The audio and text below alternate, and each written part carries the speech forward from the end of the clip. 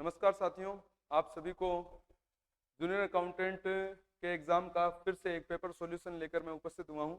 2011 भर्ती परीक्षा में जूनियर अकाउंटेंट में साइंस के फिर से 25 क्वेश्चन किस तरीके से पूछे गए उनका पेपर सॉल्यूशन लेकर फिर से उपस्थित हुए हैं।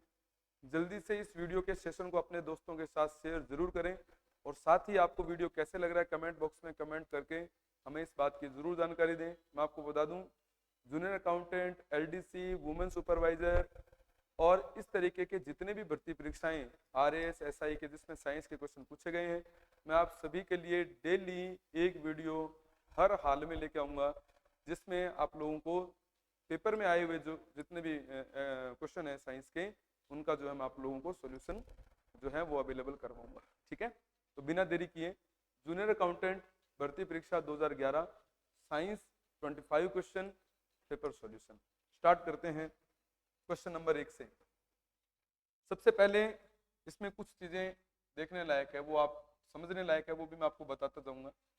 वीडियो को देखें तो पूरा का पूरा देखें, पूरा वीडियो देखेंगे तो ही आप कुछ एग्जाम्स के पैटर्न को समझ पाएंगे और तभी आप लोगों को फायदा हो पाएगा। दोस्तों, सबसे पहले हम लोगों को क्वेश्चन पढ़ना है। क्वेश्चन नंबर 1, गौर करें। कमरे के ताप पर निम्न में से किसकी विद्युत प्रतिरोधकता न्यूनतम है? मैं आपको सीधा सीधा एक फैक्ट बता देता हूं, जिसका प्रतिरोध जितना ज्यादा होता है उसकी चालकता उतनी ही कम होती है। कहने का मतलब प्रतिरोध धारा का व्युत्क्रमानुपाती होता है। प्रतिरोध अर्थात रुकावट, बाधा, रेजिस्टेंस, प्रतिरोध बढ़ेगा चालकता घटेगी। अब ये कह रहा है कि किसकी प्रतिरोधकता न्यूनतम है, यानी कि जिसका प्रतिरोध न्यूनतम होगा उसके अंदर धारा की चालकता बढ़ेगी। अब इनमें से एल्यूमिनियम, नाइक्रोम, आपका लोहा और तांबा, इन चारों धातुओं के तारों की, वायर की, इलेक्ट्रिक वायर की बात करें तो इन चारों में किस में इलेक्ट्रिक वायर के अंदर इलेक्ट्रिसिटी ज्यादा फ्लो करती है, किसमें धारा का मान ज्यादा होता है या किसमें विद्युत धारा अधिक मात्रा में प्रवाह हो सकती है?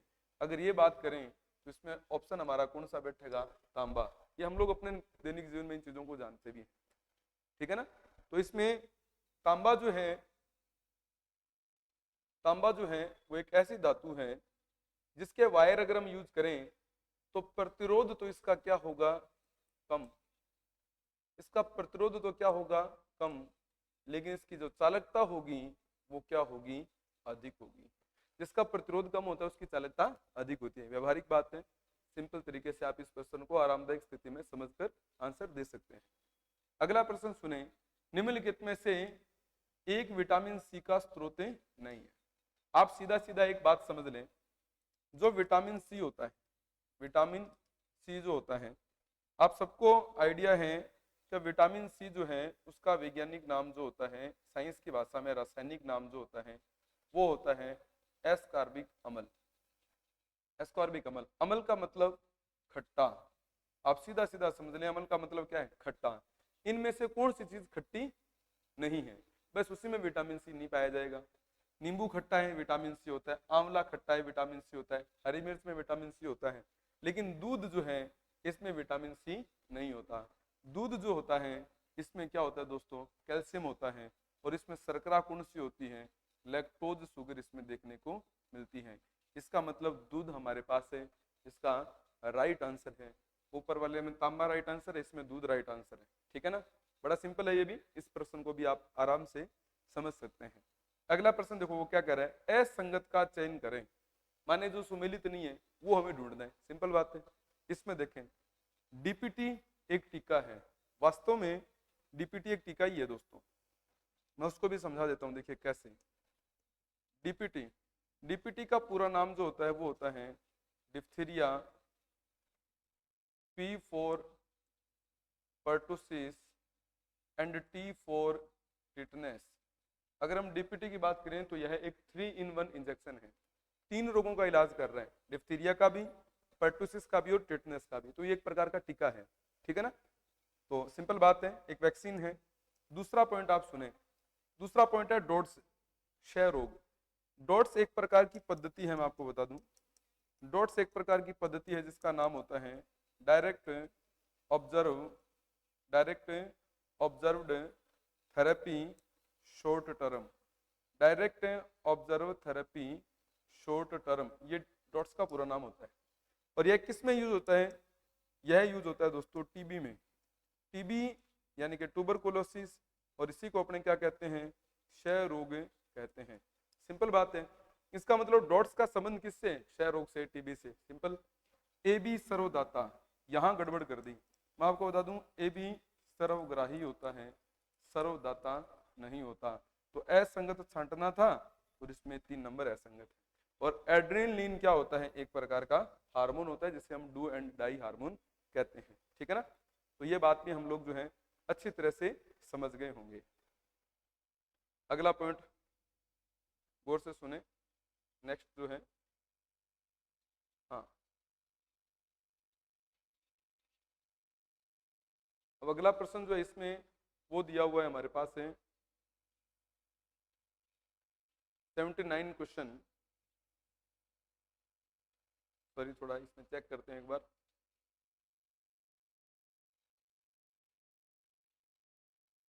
हाँ, अब गौर करें, देखो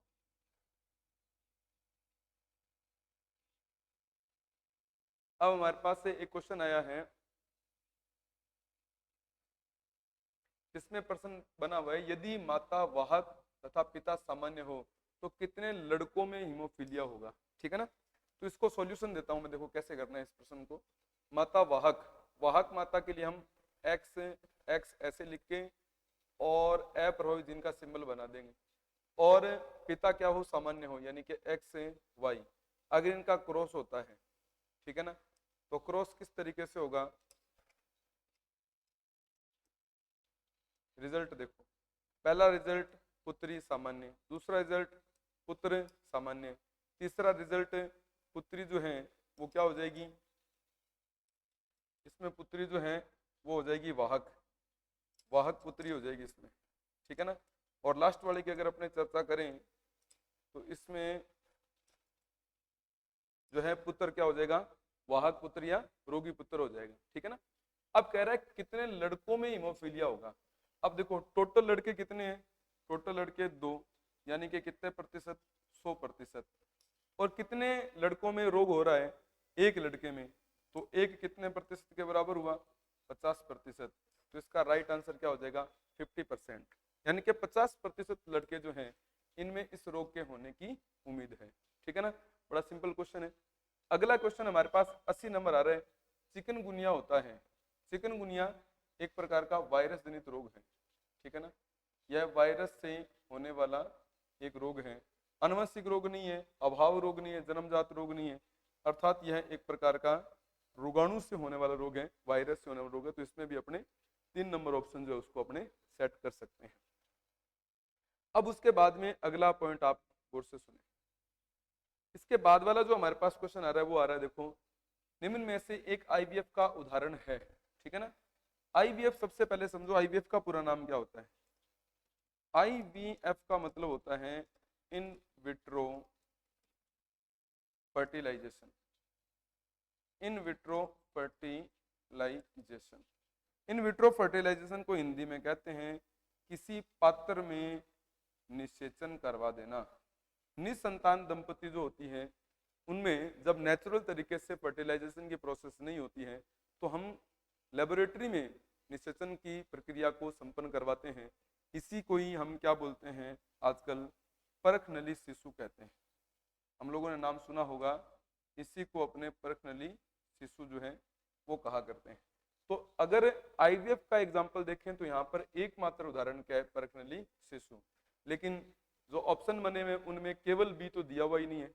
इसका मतलब अगर इस प्रश्न को हमारे दृष्टिकोण से सही करें तो केवल मात्र क्या होगा? परख नली शिशु इसका उत्तर आएगा। ठीक है ना?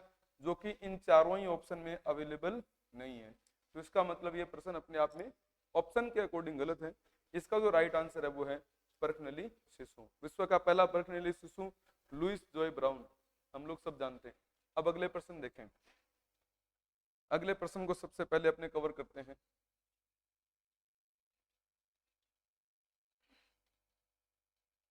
हाँ, सबसे पहले हमारे पास एक प्रश्न आ रहा है, गलत जोड़ी का चयन करें। गलत जोड़ी का चयन करना है हमने। यहाँ पर गलत जो है उसको चुनना है। तो सबसे पहले अपने देखते हैं डेंगू बुखार। डेंगू बुखार थ्रोम्बोसाइटोपिनिया। वास्तव में डेंगू जो बुखार है वह मानव शरीर की जिस कोशिका को प्रभावित करता है वह कोशिका होती है थ्रोम्बोसाइट। थ्रोम्बोसाइट को हम बोलते हैं क्या? प्लेटलेट। प्लेटलेट जो होता है ना उसी को थ्रोम्बोसाइट कहा जाता है। दूसरा है HIV। HIV क्या है? DNA virus. ये गलत है। HIV डीएनए वायरस नहीं है। HIV एक प्रकार का रेट्रो वायरस होता है। Retro virus. रेट्रो वायरस हम उन वायरस को कहते हैं जो बहरूपिया वायरस के रूप में जाने जाते हैं। बहरूपिया वायरस वो वायरस होता है जिसमें जेनेटिक मटेरियल क्या होता है? RNA। जिसमें जेनेटिक मटेरियल हम किसको पढ़ते हैं? RNA को। ये इस प्रकार के वायरस होते हैं जो अपने जेनेटिक मटेरियल को लगातार क्या करते हैं? कन्वर्ट करते हैं। RNA से DNA, DNA से वापस RNA, क्योंकि अपना आनुवंशिक पदार्थ लगातार बदलते हैं, इसीलिए हम इन्हें बहरूपिया वायरस की संज्ञा देते हैं। फिर है वर्णांधता। वर्णांधता लिंग सहलग्न आनुवंशिक रोग है। लिंग गुणसूत्रों के साथ चलने वाला रोग है। ठीक वैसे ही जैसे लिंग सहलग्न आनुवंशिक रोग में हम लोग हीमोफीलिया को भी शामिल करते हैं। हीमोफीलिया जो होता है वह भी लिंग गुणसूत्रों के साथ अप्रभावित जीन के कारण होने वाला रोग है। पीनियल ग्रंथि है एक प्रकार की, और इसे अपने तीसरा नेत्र कहते हैं। इसे तीसरा नेत्र कहते हैं, और साथ ही साथ इसे लैंगिक जीवी घड़ी के नाम से भी जाना जाता है। तो इसमें जो राइट आंसर है गलत जोड़ी वाला वो है HIV। अर्थात HIV एक प्रकार का ऐसा वायरस है जो RNA से निर्मित होता है। अर्थात इसमें RNA होता है, इसमें DNA देखने को नहीं मिलता है। अब अगला प्रश्न देखें। एक यंत्र जो यांत्रिक ऊर्जा को विद्युत ऊर्जा में बदलता है। यांत्रिक ऊर्जा को विद्युत ऊर्जा में बदलने वाला, ठीक है ना? इन्वर्टर। इन्वर्टर तो क्या होता है कि जो इलेक्ट्रिसिटी होती है उसको आगे सप्लाई करने का काम करता है, ठीक है ना? अपने घरों में हम यूज करते हैं। दहन इंजन, ये रासायनिक ऊर्जा को, क्योंकि ये किसी न किसी का दहन करता है, जो एक प्रकार का केमिकल है, कोई ईंधन है, उसको इलेक्ट्रिसिटी में कन्वर्ट करता है। कोई नहीं। उसके बाद में देखो डायनमो। डायनमो जो होता है वो क्या काम करता है? विद्युत जनित्र जिसको अपने कहते हैं, ये क्या काम करता है कि जो यांत्रिक ऊर्जा होती है उसको किस में कन्वर्ट कर देता है? यांत्रिक ऊर्जा को विद्युत ऊर्जा में कन्वर्ट कर देता है, ठीक है ना? तो इसमें जो राइट आंसर बनेगा वो हमारे पास बनेगा 83 नंबर क्वेश्चन में, यांत्रिक ऊर्जा को विद्युत ऊर्जा में बदलने वाला डायनमो अर्थात विद्युत जनित्र। इस तरीके से अपने इस प्रश्न को हल कर सकते हैं। उसके बाद में हमारे पास से 2 क्वेश्चन और आ जाते हैं, इनके बारे में भी अपने बात करते हैं, फिर आगे बढ़ते हैं, ठीक है? दोनों क्वेश्चन बहुत बढ़िया क्वेश्चन है। पहला हमारे पास है 2,4-D क्या है। तो 2,4-D के बारे में थोड़ा अपने जान लेते हैं कि 2,4-D किसे अपने कह सकते हैं, ठीक है ना?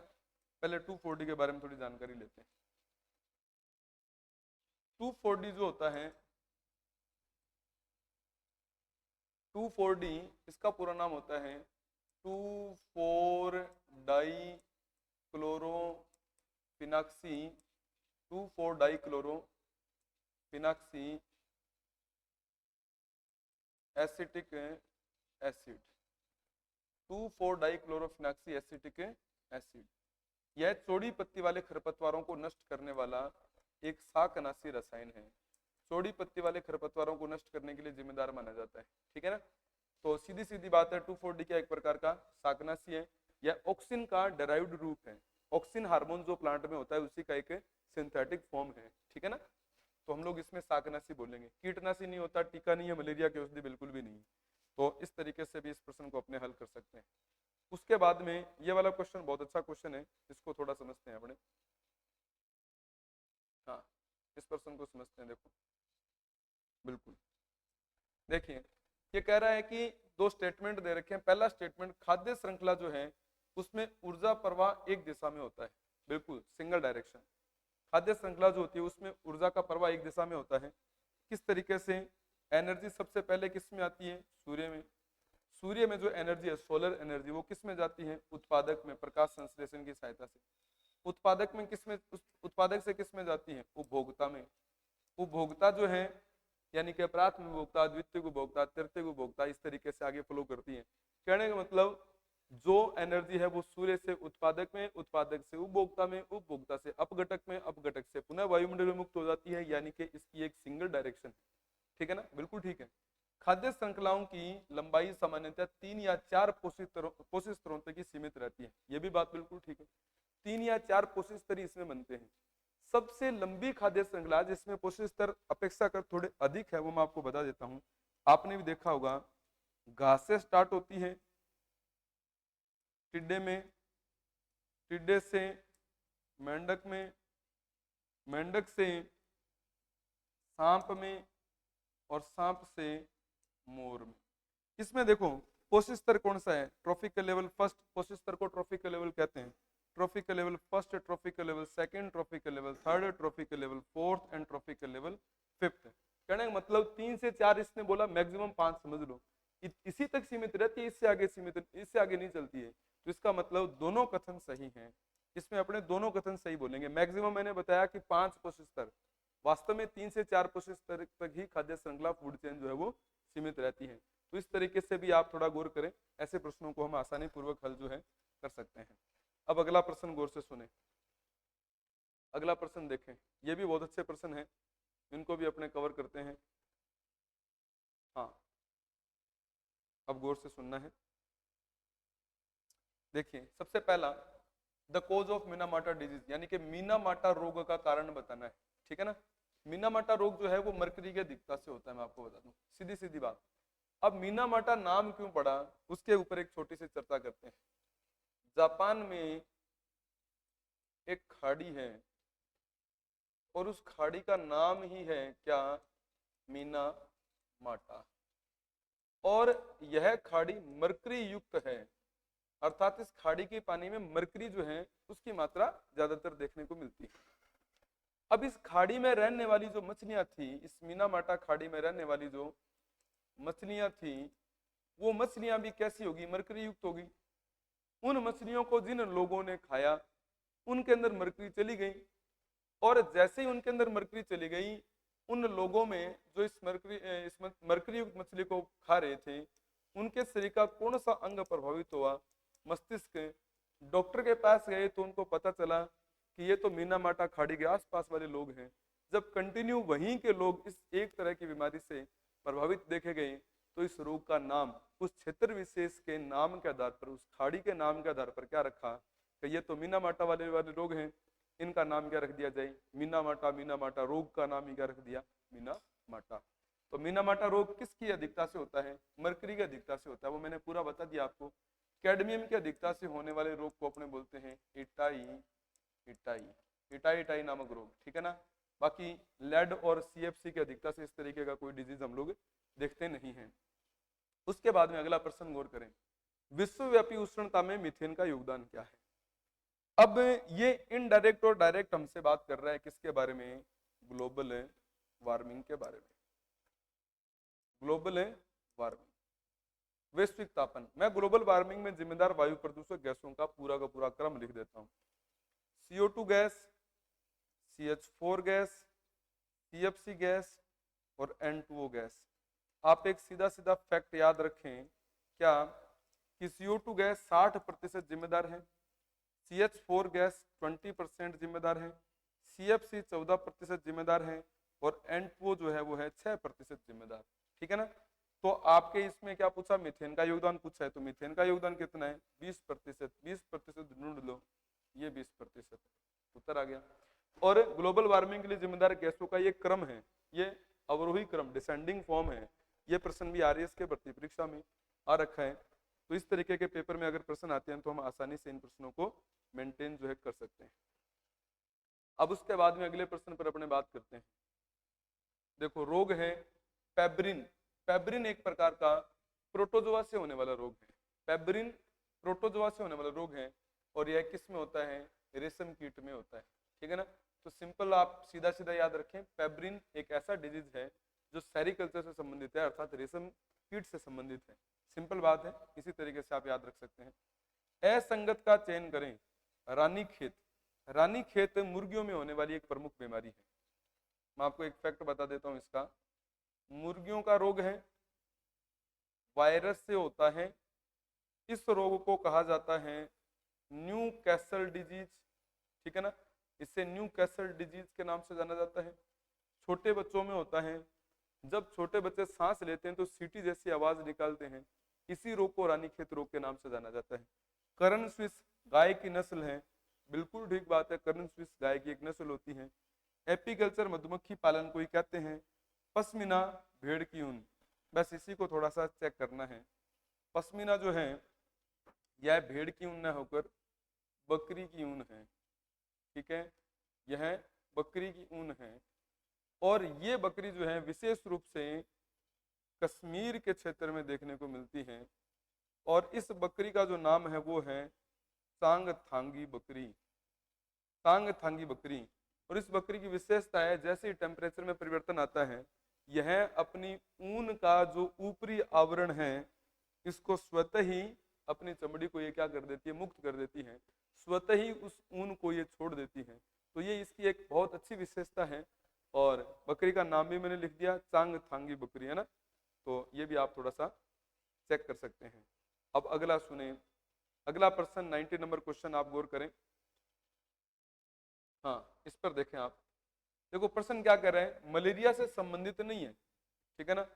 पहला ऑप्शन देखो एडीज, इसी को आप राइट कर दें क्योंकि मलेरिया से संबंधित यही नहीं है। अब कैसे नहीं है उसको समझे। सबसे पहले पॉइंट ये है कि मलेरिया के मच्छर का जो नाम है वो है मादा एनाफिलीज मच्छर। मलेरिया के मच्छर का नाम है जी मादा एनाफिलीज मच्छर, सिंपल बात है ना। और यहाँ पर क्या मच्छर लिखा हुआ है, एडीज मच्छर।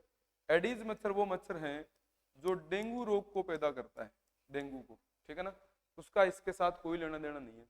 उसके बाद है सिनकोना वृक्ष। सिनकोना वृक्ष की जो छाल होती है उस छाल से हम जिस औषधि का निर्माण करते हैं वो औषधि है कुनेन। और यह मलेरिया में ट्रीटमेंट में काम आने वाली एक प्रमुख औषधि होती है। प्लाज्मोडियम वाइवेक्स नाम के प्रोटोजोआ से होने वाला रोग है।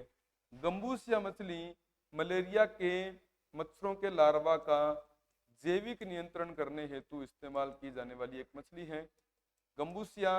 और गंबूसिया की हेल्प करने के लिए ट्राउट तथा मिनोस या माइनोस मछलियां जो हैं उनका भी जलाशय में पालन किया जाता है, ठीक है ना। ये भी मछलियां हैं जो मलेरिया के जैविक नियंत्रण में काम आती हैं।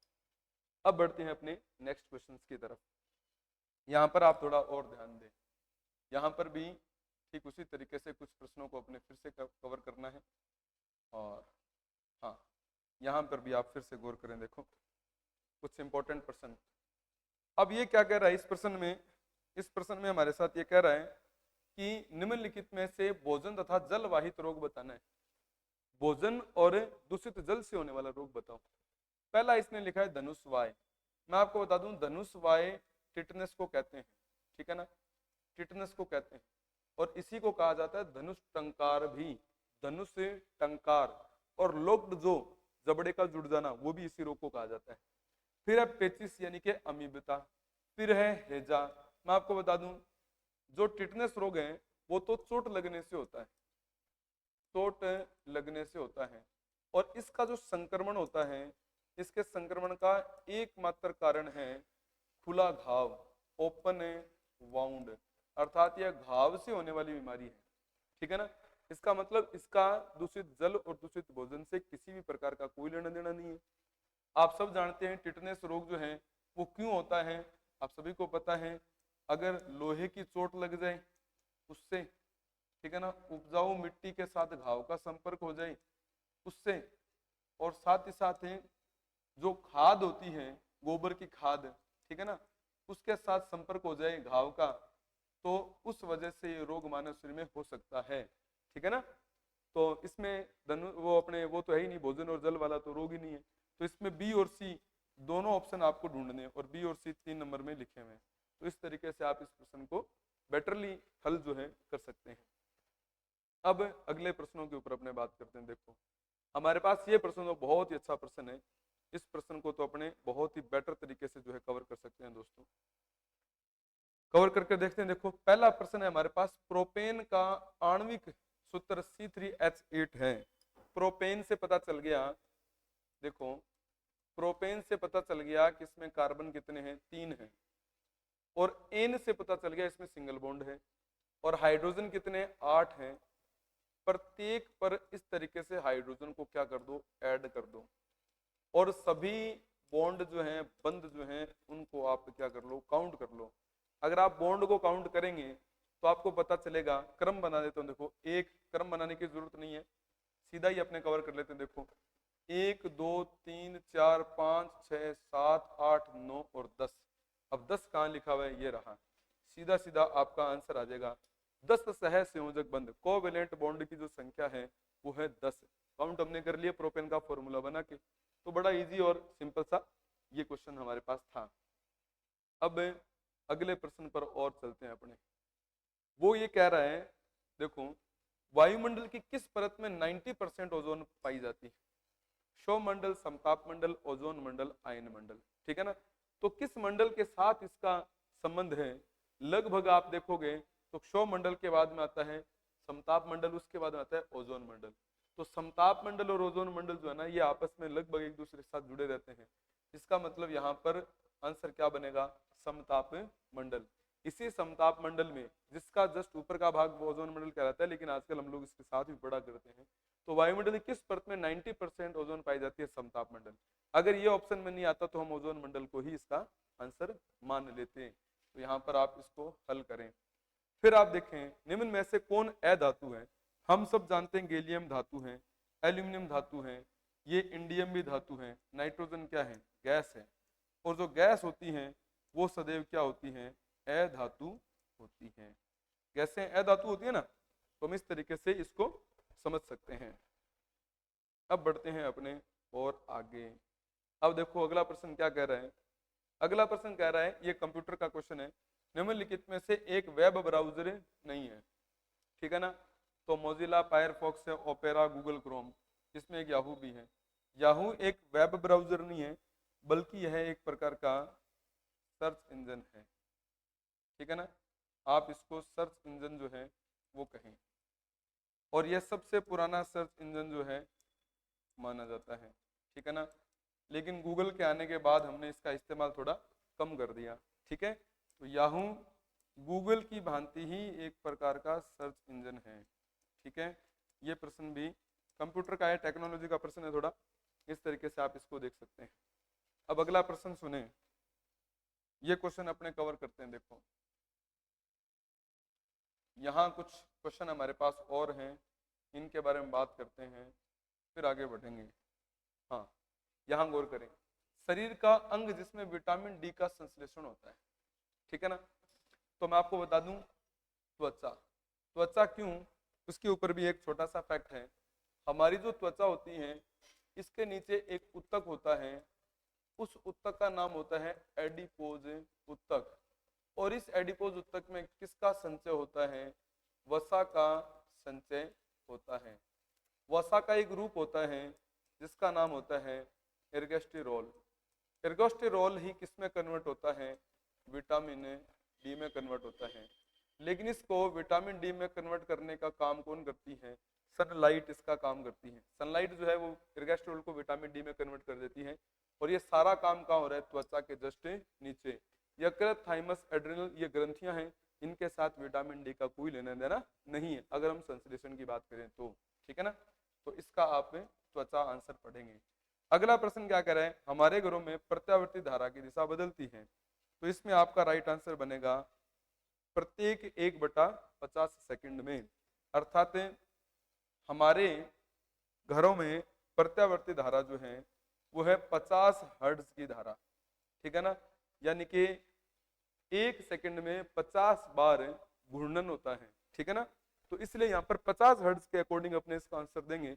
हालांकि आंसर की में 1/100 भी लिखा है, लेकिन वास्तव में 1/50।